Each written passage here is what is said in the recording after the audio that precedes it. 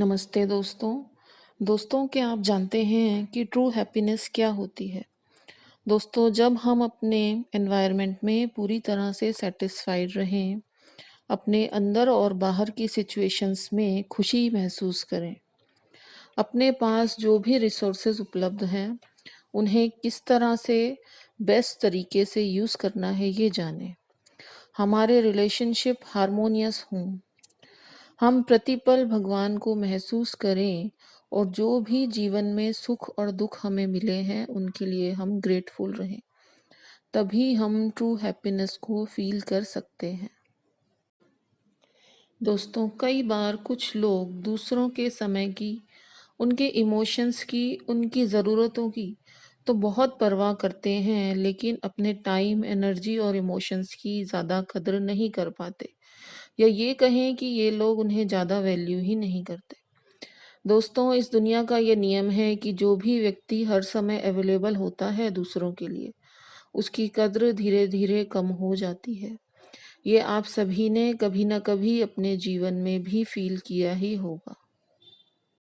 दोस्तों, हम सभी दूसरों के हिसाब से अपना टाइम, एनर्जी, अपने काम हमेशा एडजस्ट करते रहते हैं, ये ज़रूरी भी है।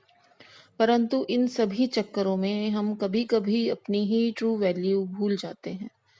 कभी कभी दूसरों की मदद हर समय करने के कारण न सिर्फ हम उन्हें अपने ऊपर को डिपेंडेंट बना देते हैं, बल्कि लोग हमें ग्रांटेड भी लेते हैं। तो कभी कभी ना कहना भी सीखें।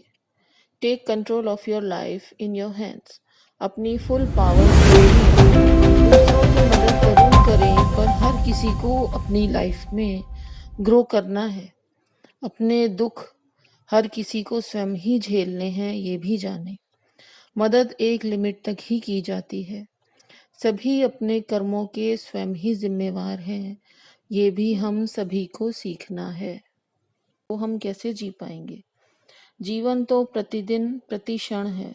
उसी समय में से थोड़ा सा समय अपने लिए भी रखें, और जो भी कुछ खास काम आप कभी अपने पास टाइम में करना चाहते थे, वो शुरू करें। थोड़ी सी क्रिएटिविटी बढ़ाएं अपने जीवन में। कभी कभी परिवार और समाज को छोड़कर अपने लिए भी कुछ क्षणों को जी लें। अपनी वैल्यू खुद करें और समझें। जब आप खुद को इम्पोर्टेंस देंगे तो लोगों का व्यवहार और उनका नज़रिया भी आपके लिए बदल जाएगा। एक बात सोचें, अगर किसी दिन आप अनहैप्पी हैं या इरिटेट हैं किसी बात से, अब आपका प्यारा बच्चा आया है आपके पास, या कोई दोस्त ही मिलने आया है बड़े दिन बाद, तो क्या आप उस टाइम को एंजॉय करेंगे? नहीं ना। आप बच्चे को शायद गुस्सा करके वहां से भगा दें और दोस्त को भी फॉर्मली ही अटेंड करेंगे। अब यही दूसरी सिचुएशन है कि आप बहुत खुश हैं, सुकून में हैं, तो आप बच्चे के 10 नखरे भी उठाते हैं, और अगर वो आपसे मिसबिहेव करता है तो उस बात को भी जाने देते हैं। क्यों? क्योंकि आप अपनी ट्रू हैप्पीनेस में हैं और उसे हर पल फील कर रहे हैं। दोस्तों, जब हम खुश होते हैं तभी तो दूसरों में खुशियां बांट सकते हैं। दुखी मन से तो नेगेटिव वाइब्स ही निकलेंगी। तो थोड़ा समय अपने आप को जो भी करना पसंद है उसमें भी लगाएं, ताकि आपका पीस ऑफ माइंड बना रहे। अगर हम सभी शांत रहेंगे, खुश रहेंगे, तो घर का माहौल तो अपने आप ही सुकून भरा हो जाएगा।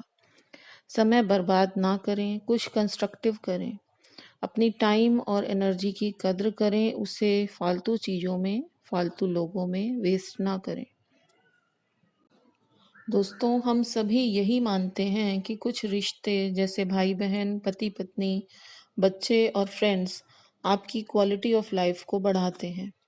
परंतु जब व्यक्ति आंतरिक रूप से परेशान हो, खुशी का अनुभव नहीं करता हो, तो वो इन सभी रिलेशंस को ठीक से निभा नहीं पाता। जब हम एक नया रिश्ता जोड़ते हैं तो क्या उसे कुछ पाने या कुछ देने के लिए जोड़ रहे हैं, ये भी हमें सोचना है। जो भी व्यक्ति अपने आप को अपूर्ण समझते हैं, यानी कि वो ये महसूस करते हैं कि वो कहीं ना कहीं इनकम्प्लीट है, वो हमेशा रिश्तों से कुछ ना कुछ पाना चाहते हैं। वो सोचते हैं कि दोस्तों, जो भी व्यक्ति इमोशनली स्टेबल या फुलफिलिंग नहीं होगा, वो हमेशा अपनी इमोशनल नीड्स अपने पार्टनर से पूरी करना चाहेगा। परंतु सच्चाई यही है कि हम सभी अगर दूसरों से सिर्फ पाना ही चाहें तो देगा कौन और देना कौन चाहेगा। रिलेशंस में तो रिश्ते कैसे निभेंगे। तो दोस्तों, हम सभी के लिए सबसे इम्पोर्टेंट क्या होना चाहिए कि हम इमोशनली स्टेबल रहें, हमेशा खुश रहें। अगर हम खुश रहेंगे तभी तो औरों में खुशी बांट सकेंगे।